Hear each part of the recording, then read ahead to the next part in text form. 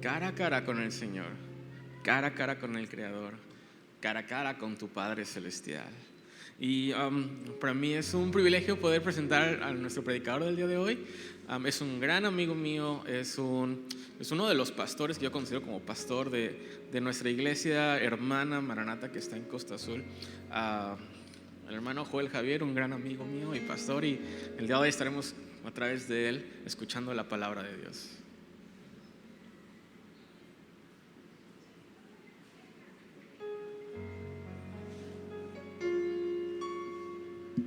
Buenas tardes.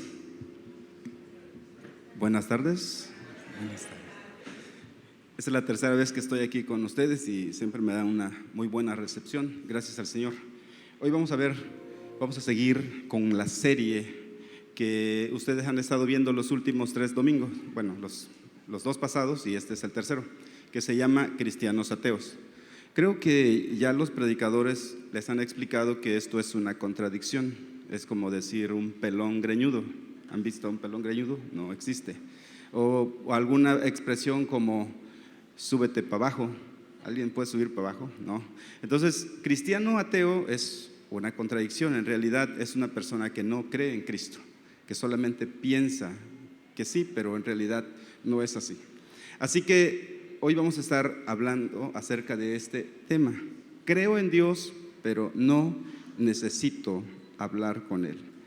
Y a ver, bueno, están viendo ustedes en la pantalla, creo que lo mismo que yo estoy viendo acá. Entonces, creo en Dios, pero no necesito hablar con Él. Se dice que había un pastor que llegó un emprendedor muy cerca de él y puso un bar enfrente de la iglesia. Y entonces el pastor convocó a toda la iglesia: hermanos, vamos a orar para que Dios quite este bar de enfrente de la iglesia. Ayuno y oración, y empezaron a orar. Como a la semana le cayó un rayo al bar, se incendió todo, se quemó. Entonces el dueño del bar, que se había enterado de esta cadena de oración que se había hecho y ayuno, puso una demanda. Demandó al pastor porque por su culpa se había quemado su bar. Llegaron ante el juez y mandaron a llamar al pastor. Oiga, usted quemó mi bar.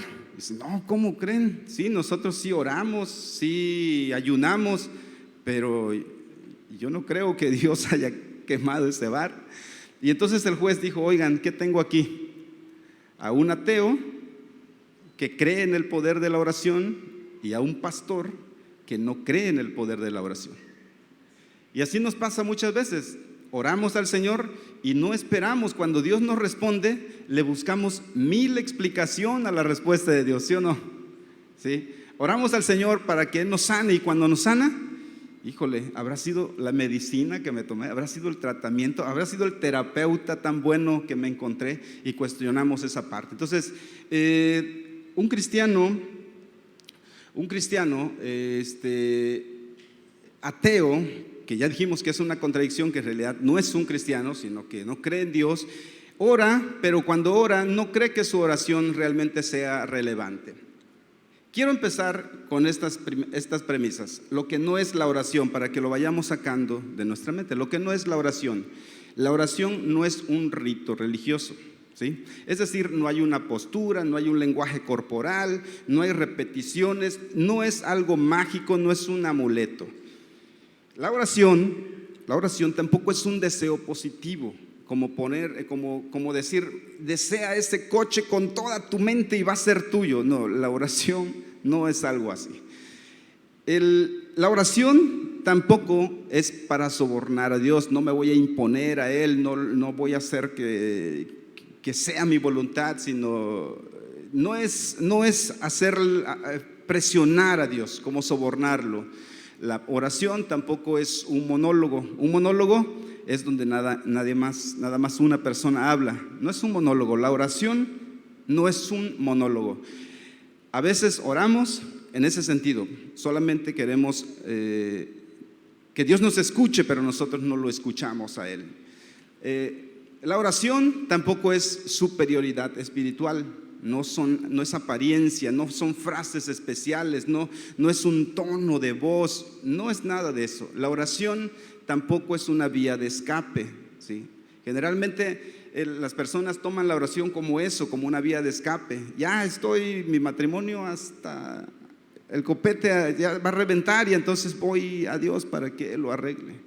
Ya no aguanto a mi hijo porque no le puse atención cuando era niño y ahora es bien rebelde, ya no lo aguanto, ahora voy, es una vía de escape. La oración no es eso. Lo que sí es la oración es una conversación. En este marco quisiera que todos entendiéramos este tema de la oración. Una oración o la oración es una conversación para profundizar nuestra relación genuina con Dios. La oración es hablar con Dios, no es hablarle a Dios, sino hablar con Dios. Y entonces yo les invito a que oremos para que el Señor nos permita poder entender cómo es la oración. Yo quisiera hablar de la oración. Vamos a ver el pasaje de Mateo en la versión, nueva versión de las Américas. Vamos a leer desde el versículo 5 hasta el versículo 15. Y vamos a estar hablando, y piensen en esto, cuando oramos vamos a ver tres cosas aquí en este pasaje, vamos a ver tres características de la oración. Lo primero es cómo es la actitud del orante, del que ora, cómo debe ser su actitud, cómo es la oración propiamente, y luego por último veremos cómo la oración nos lleva a Cristo. Y con eso vamos a estar concluyendo. Así que yo quisiera que leyéramos esta versión que tengo aquí en la pantalla. Es Mateo capítulo 6, vamos a leer desde el versículo 5 hasta el 15. Cuando ustedes oren, no sean como los hipócritas, porque a ellos les gusta ponerse en pie y orar en las sinagogas y en las esquinas de las calles para ser vistos por los hombres. En verdad les digo que ya han recibido su recompensa. Pero tú, cuando ores, entra en tu aposento, y cuando hayas cerrado la puerta, ora a tu Padre que está en lo secreto, y tu Padre que ve en lo secreto te recompensará en público. Y al orar, no usen ustedes repeticiones sin sentido como los gentiles, porque ellos se imaginan que serán oídos por su palabrería. Por tanto, no se hagan semejante a ellos, porque su Padre sabe lo que ustedes necesitan antes que ustedes lo pidan.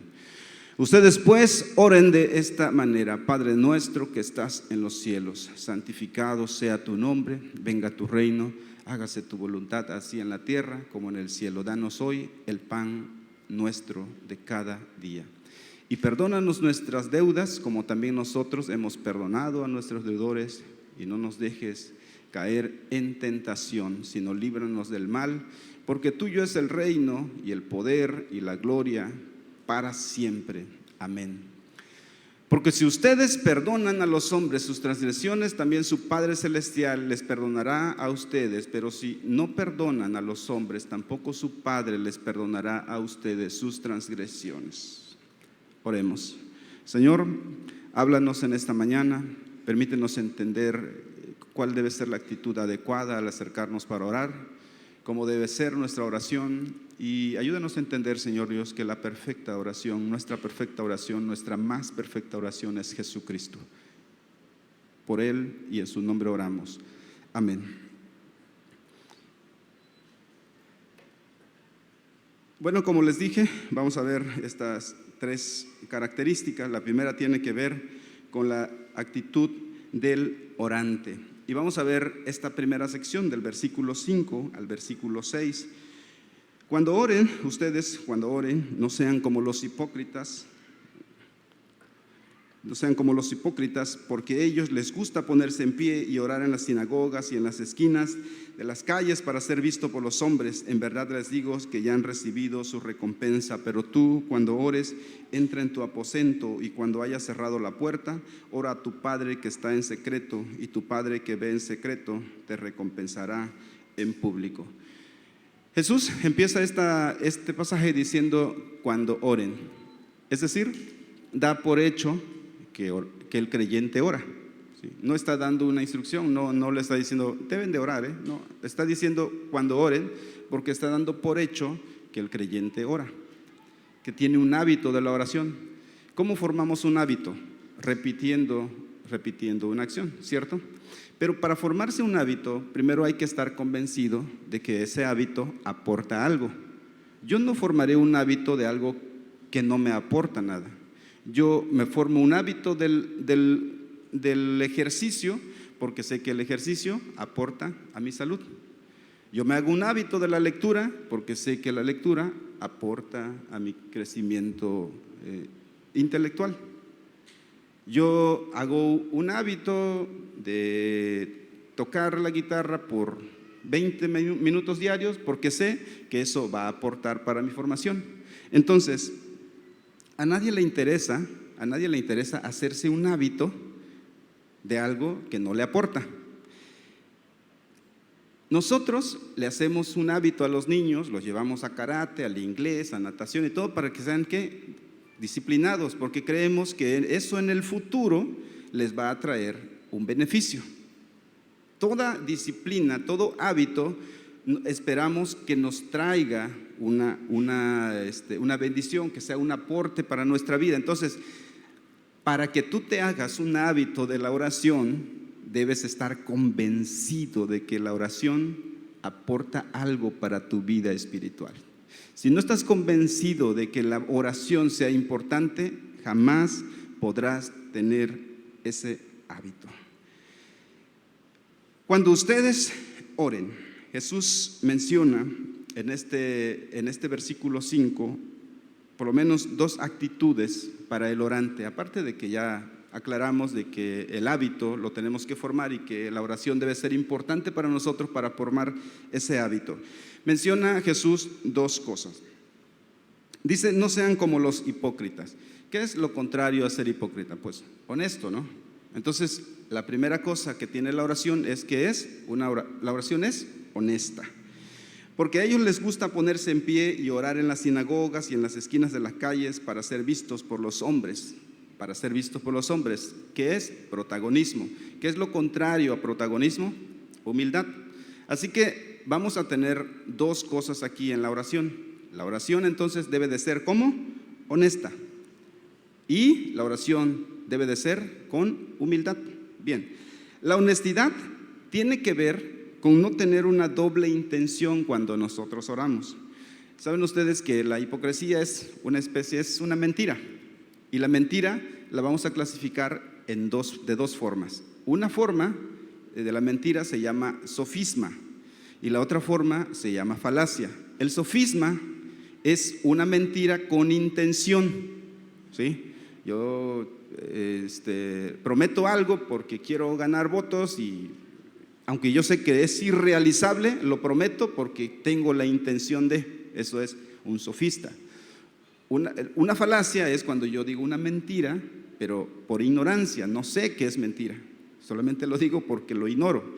Así que cuando nosotros hablamos de que la oración debe de tener esta característica de la humildad, que no debe de tener una doble intención, es que no intentamos engañar a nadie.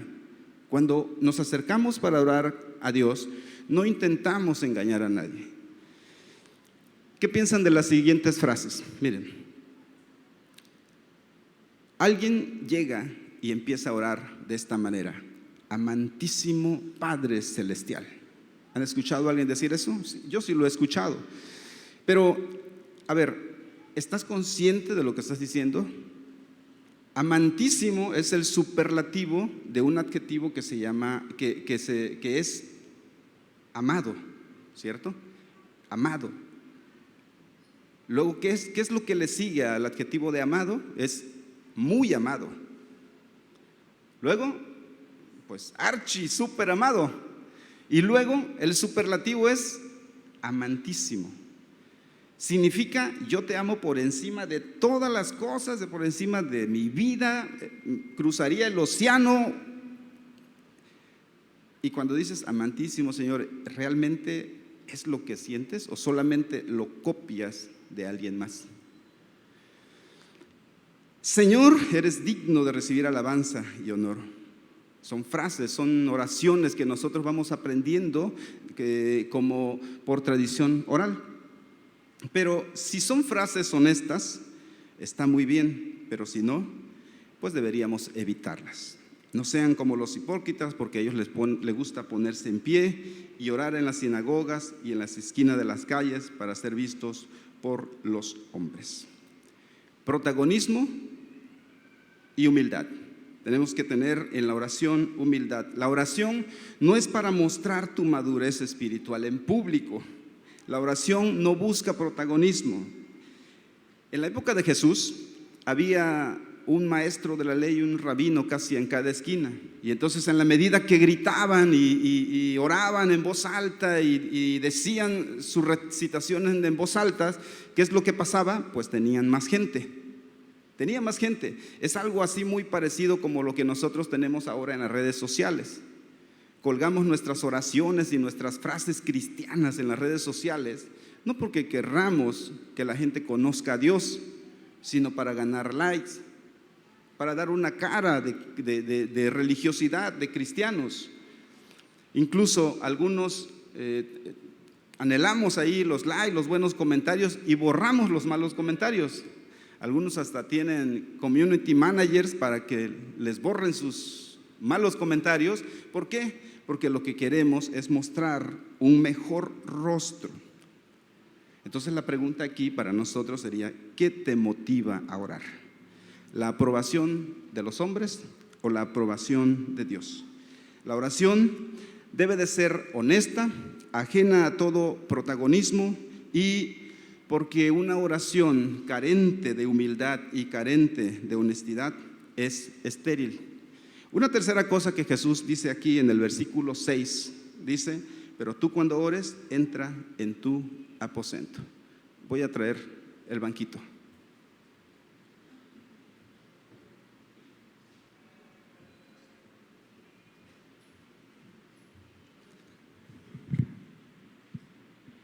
La otra vez me dijo Fernando: oye, tu estilo es así muy light. No, digo, es que me duele la pierna, no puedo pararme por tanto tiempo. No crean que porque quiero imponer una nueva moda en la predicación, ¿eh? Ok, entonces cuando dice, la tercera cosa que Jesús dice aquí es: entra en tu aposento y cuando hayas cerrado tu puerta, ora a tu Padre en secreto y Él te recompensará. La oración pública, quiero decirles, que no está sancionada en la Biblia. Hay muchas personas que oraron en público: Elías, Daniel, Salomón, Esdras, Jesús mismo. La oración en público sí está permitido, siempre que se haga por las motivaciones correctas. Y un primer elemento para una motivación correcta es que tú estés enfocado en Dios. Y para enfocarte en el Señor, debes de estar a solas con Él. Nosotros decimos que hablamos para una audiencia, ¿cierto? Cuando hablamos siempre tenemos a alguien que nos escucha, un receptor. Entonces, en la oración, el principal auditorio, ¿quién es? Pues Dios, ¿no? Dice el salmista en el Salmo 48:2: elevaré una oración al Dios de mi vida. El primero que tiene que escuchar tu oración es Dios, no son los hombres. Y una de las mejores formas para enfocarte en Dios es estando a solas con Él.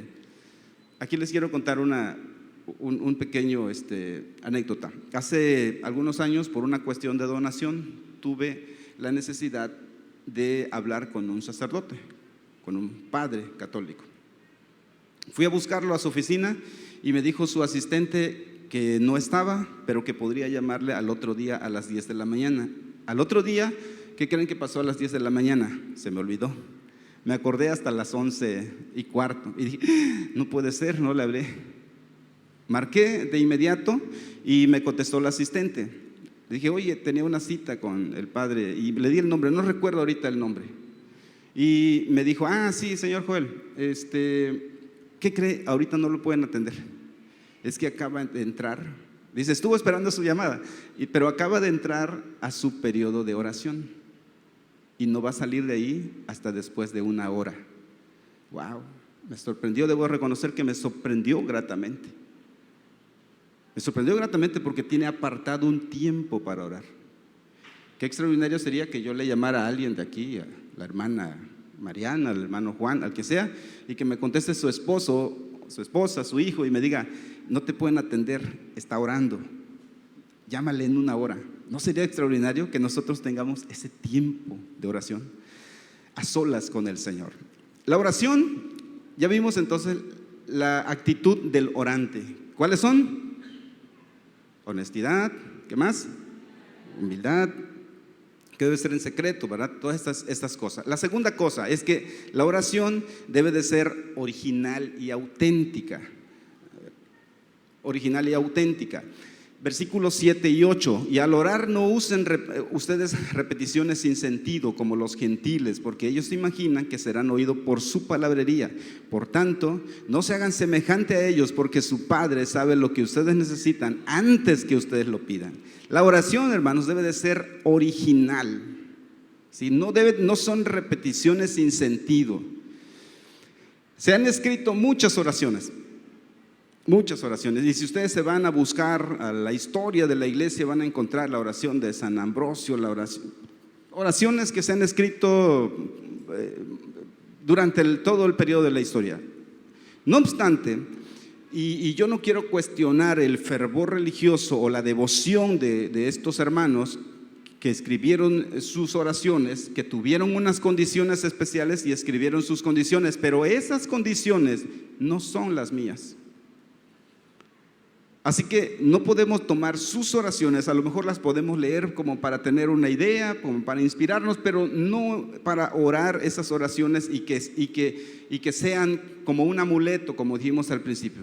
Son 3 Padres Nuestros para que te suceda tal cosa. Óralo una vez en la mañana, una vez en la noche y vas a tener un resultado positivo. No, las oraciones deben de ser auténticas. La oración, aun cuando haya sido escrito por un hombre o una persona devota, es su propia realidad. Nosotros tenemos nuestra propia realidad. Aun cuando somos contemporáneos aquí, nuestros problemas familiares son completamente distintos. Nuestros problemas matrimoniales son completamente distintos.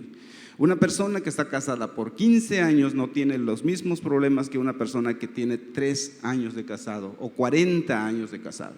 Son situaciones completamente diferentes. Así que la oración tiene que identificarse con la situación en la que nosotros nos encontramos inmersos. Incluso cuando oramos con la Biblia.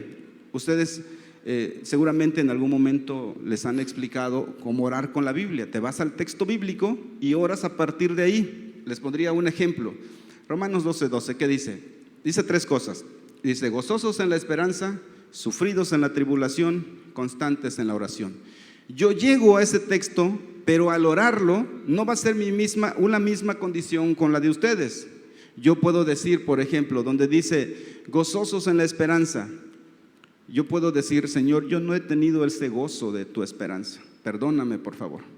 O alguien con una situación diferente podría decir, Señor, gracias por este gozo, lo estoy viviendo en carne propia, gracias por darme este gozo en medio del problema. La otra cosa que dice el texto, sufridos en la tribulación. Todos llegaríamos a ese texto con una actitud diferente. El que está pasando por la tribulación diría, Señor, ayúdame en mi tribulación. El que no lo está pasando, pero sabe que su vecino está pasando la tribulación, diría, Señor, ayuda a mi vecino. O Señor, perdóname porque cuando viene la tribulación no la estoy soportando y me pongo a reclamarte. La oración entonces debe de ser una oración auténtica que nace de nuestra propia situación. La oración no es más efectiva por la elocuencia con la que se pronuncia y tampoco disminuye su valor por la torpeza del orante. Así que no te angusties por imitar a nadie. Cuando estés en círculos de oración, sí o no, es una de nuestras angustias, porque luego está contigo el hermano que tiene facilidad de palabra y está ore y ore, y ya tú nada más estás pensando, ay, ya me va a tocar a mí, no sé qué decir, ¿sí o no? No te preocupes por eso. La oración tiene la conversación con Dios, no tú tienes por qué imitarlo. Ora en tu propio lenguaje y Dios conoce tus necesidades antes que se lo pidas. Característica de la oración. Y una tercera cosa de lo que quiero hablar hoy es que la oración nos lleva a Cristo. Versículos del 9 al 13. Ustedes pues oren de esta manera: Padre nuestro que estás en los cielos, santificado sea tu nombre. Venga tu reino, hágase tu voluntad, así en la tierra como en el cielo. Danos hoy el pan nuestro de cada día y perdónanos nuestras deudas, así como también nosotros hemos perdonado a nuestros deudores, y no nos dejes caer en tentación, sino líbranos del mal, porque tuyo es el reino y el poder y la gloria para siempre. Jesús nos enseña este modelo de oración. Todos lo conocemos. A ver, díganme, ¿cómo se llama esta oración? El Padre Nuestro. El Padre Nuestro es una oración conocida que ha sido memorizada por cientos de miles de personas durante toda la historia. Nosotros lo recitamos hace 8 días en la predicación. Al final creo que oraron el Padre Nuestro, ¿cierto? Oraron el Padre Nuestro. Yo personalmente lo he usado cuando hemos estado en un sepelio donde hay pura gente que no es evangélica. Oramos el Padre Nuestro para identificarnos y para dirigirnos a Dios, haciendo que los demás se involucren en eso. Pero no es una especie de amuleto. Es lo que yo quiero destacar hoy. No es una fórmula mágica. No se tiene por qué memorizar rigurosamente, y algo que critico mucho y que espero que nosotros como evangélicos no caigamos, es que parece un concurso. Llegas y escuchas a alguien orar el Padre Nuestro y es como si Padre Nuestro que estás en los cielos, ya no entiendes, no sabes lo que estás diciendo, simplemente lo estás repitiendo. Al margen de todo lo que he comentado, yo quisiera que hoy nos acerquemos al Padre Nuestro, no como una oración que tenemos que memorizar y repetir, sino como un modelo de oración. Pensemos en esto. La primera frase dice: Padre nuestro que estás en los cielos. En una sola frase de esta oración nos está diciendo dos cosas: que Dios se interesa por nosotros, que Dios se interesa cuando no tienes para el gas, cuando no tienes para la colegiatura, cuando ya se te acabaste los zapatos y no te alcanza la quincena. En una sola frase, Padre nuestro, Dios está interesado en ti, está involucrado en tu vida, se interesa en tu historia, se interesa en lo que te pasa. Padre nuestro, así como un padre se interesa por sus hijos. Que estás en los cielos. Es Padre nuestro, sí te interesas por mí, sí estás conmigo, pero aparte de eso eres trascendente. Eres trascendente, eres mucho más grande que yo, estás en los cielos. Su presencia cubre los cielos, lo abarca todo. Nos ama, se acerca a nosotros, pero a la misma vez, aunque se involucra en la creación, no depende de su creación. Cuando pensamos en el Padre Nuestro, aquí nos acercamos a esta parte que dijimos que la oración nos lleva a Jesús. Cuando nos acercamos al Padre Nuestro, pensemos en que no podemos sacar a Jesús de la ecuación.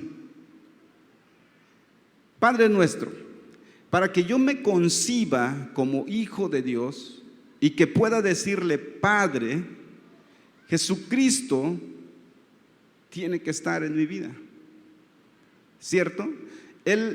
Somos por gracia hijos de Dios en el Hijo de Dios, en Cristo. No puedo orar, no puedo decir Padre si Cristo no está en mí, si Cristo no me ha adoptado, hermanos, si Dios no me ha adoptado, después de invocar a este Padre, Padre nuestro, vamos a encontrar 7 peticiones. 3 peticiones que tienen que ver con el reino y 4 peticiones que tienen que ver con nuestras necesidades. Las que tienen que ver con el reino dicen: santificado sea tu nombre, venga tu reino y hágase tu voluntad. Escuchemos: tu reino, tu nombre, tu voluntad. Y las otras 4 peticiones dice: danos, perdónanos, no nos dejes, líbranos.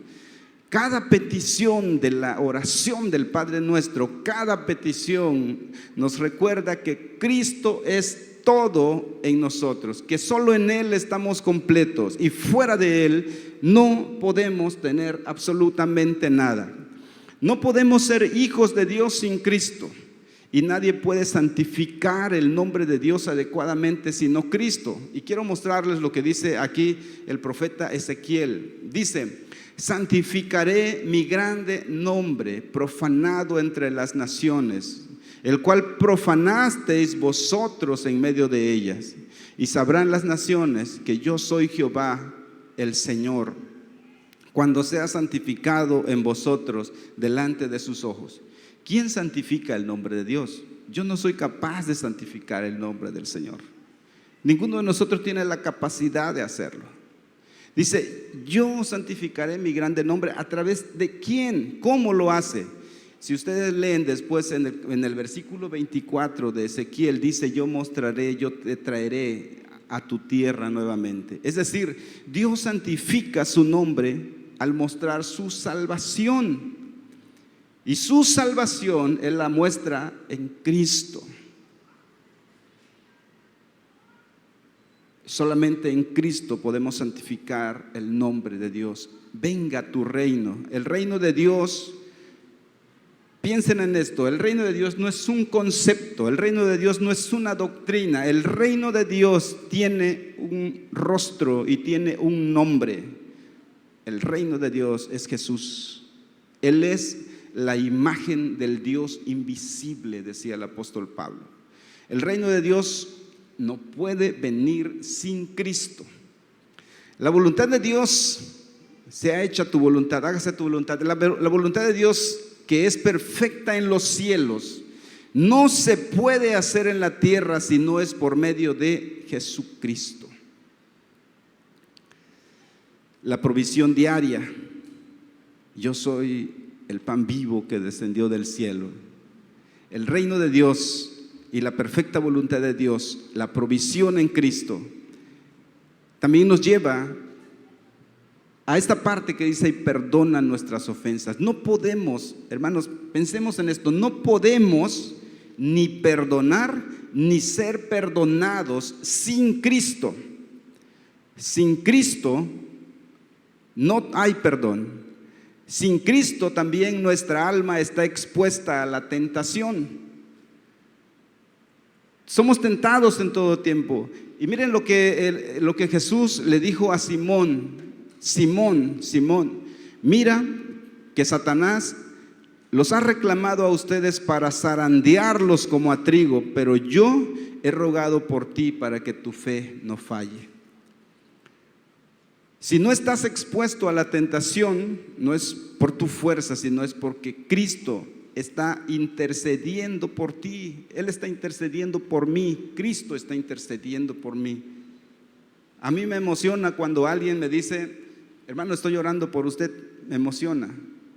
Ahora imagínense, Cristo está orando por mí. Cristo está orando por ti.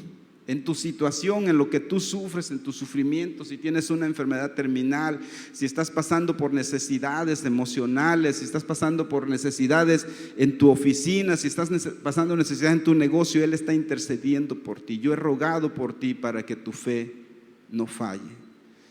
Y la última parte, cuando dice líbranos de la tentación o líbranos del mal, seríamos presa fácil del diablo y presa fácil de nuestra propia inclinación al pecado si no fuera por Cristo. Lo que hace la oración del Padre Nuestro entonces es confirmarnos en Cristo. Hay una última cosa, o una última idea que quiero mencionar en esta parte de que la oración nos lleva a Cristo. Y es que el versículo 14, lo vamos a leer así, dice: porque si ustedes perdonan a los hombres sus transgresiones, también su Padre Celestial le perdonará a ustedes. Pero si no perdonan a los hombres, tampoco su Padre les perdonará a ustedes sus transgresiones. Ya hemos explicado que el perdón es ¿en quién? En Cristo, solamente en Cristo. Así que miren cómo queda este texto, quitando esta frase, perdonan a los hombres sus transgresiones, y ponemos a Cristo. Sería así: porque si ustedes tienen a Cristo, también su Padre les perdonará. Es decir, si ustedes tienen a Cristo, tienen el perdón. Pero si ustedes no tienen a Cristo, tampoco tienen el perdón. Qué increíble es que esta parte de la oración nos va a llevar entonces siempre a Jesucristo. Según lo que dice este pasaje, es que la solución a las ofensas,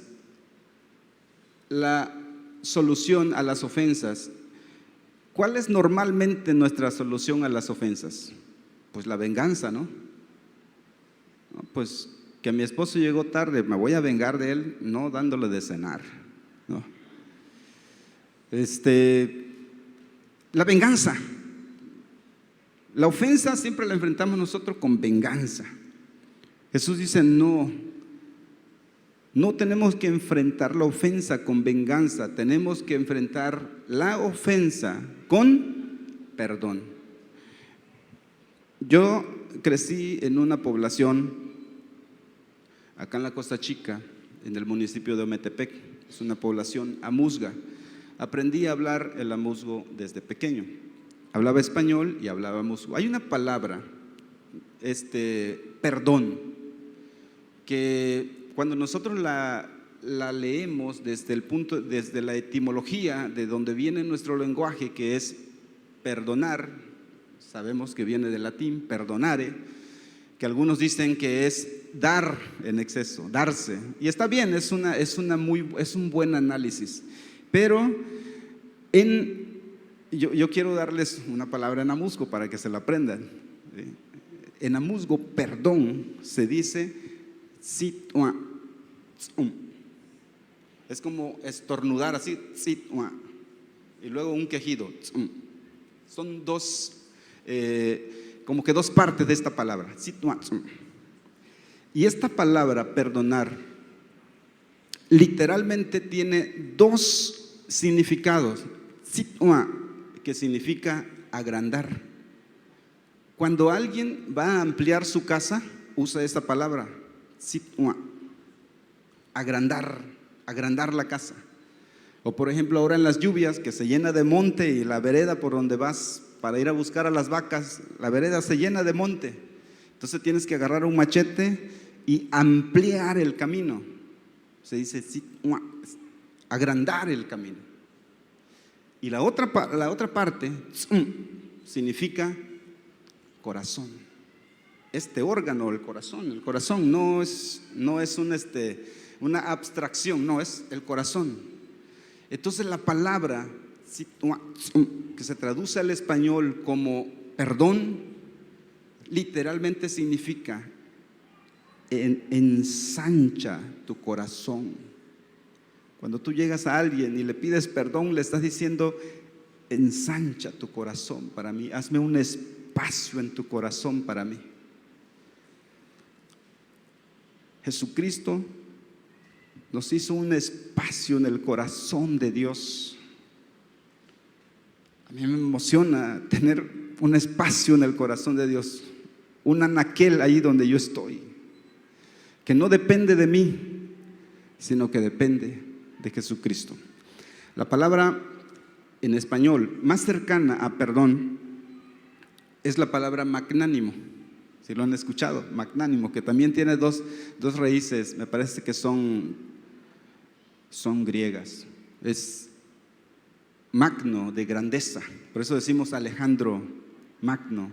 O la muerte de Colosio le decimos el magnicidio, ¿verdad? Magno, porque es grande, grandeza, eso significa magno. Y la otra palabra es anime, que es alma, ¿sí? Cuando vamos y vemos a una persona que está muerta ahí en el ataúd, decimos, yace pusilánime en el ataúd, sin alma. Entonces la palabra magnánimo es lo más cercano a la palabra perdón en namusgo. Ningún corazón mezquino puede perdonar. Ningún corazón chiquito puede perdonar. Se necesita ensanchar el corazón. Se necesita ser magnánimo para perdonar. Jesucristo, siendo magnánimo, en la cruz abrió su corazón y nos dice la Biblia que Él nos reconcilió primeramente con el Padre. Él nos reconcilió con el Padre. Y Él nos dice, si el Padre los perdonó, entonces ustedes también pueden hacer su corazón un poquito grande para que puedan perdonar las ofensas. Terminamos entonces con un pequeño resumen de esto. La oración es un hábito honesto, humilde, silencioso, auténtico, que nos conecta permanentemente con Dios a través de Jesucristo. Y el apóstol Juan en su libro de Apocalipsis, en el último capítulo, las últimas frases que dice, y la iglesia, y el Espíritu y la iglesia dice, ven. Y el que oiga, diga, ven. Sí, ven, Señor Jesús. Sí, ven, Señor Jesús. Que hoy, al terminar nuestro culto, o al terminar esta enseñanza, ya no digamos creo en Dios, pero no necesito hablar con Él, sino creo en Dios y necesito fervientemente hablar con Él. Que ese sea nuestro deseo ferviente hoy, habiendo visto que la oración siempre nos va a llevar a Jesucristo y necesitamos a Cristo cada día de nuestra vida. Vamos a orar. Padre, bendecimos tu nombre y damos gracias por tu palabra. Gracias por este tiempo, Señor Dios, que tu Espíritu Santo nos ministra, que tu Espíritu Santo nos habla, nos trae tu palabra.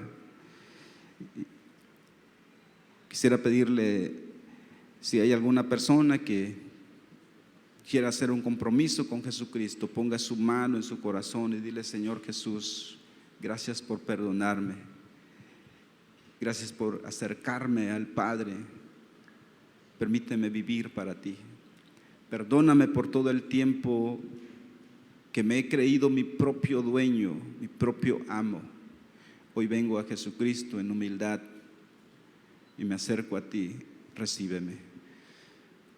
Señor, gracias por tu iglesia y gracias por tu palabra. Guárdanos en Cristo. Amén.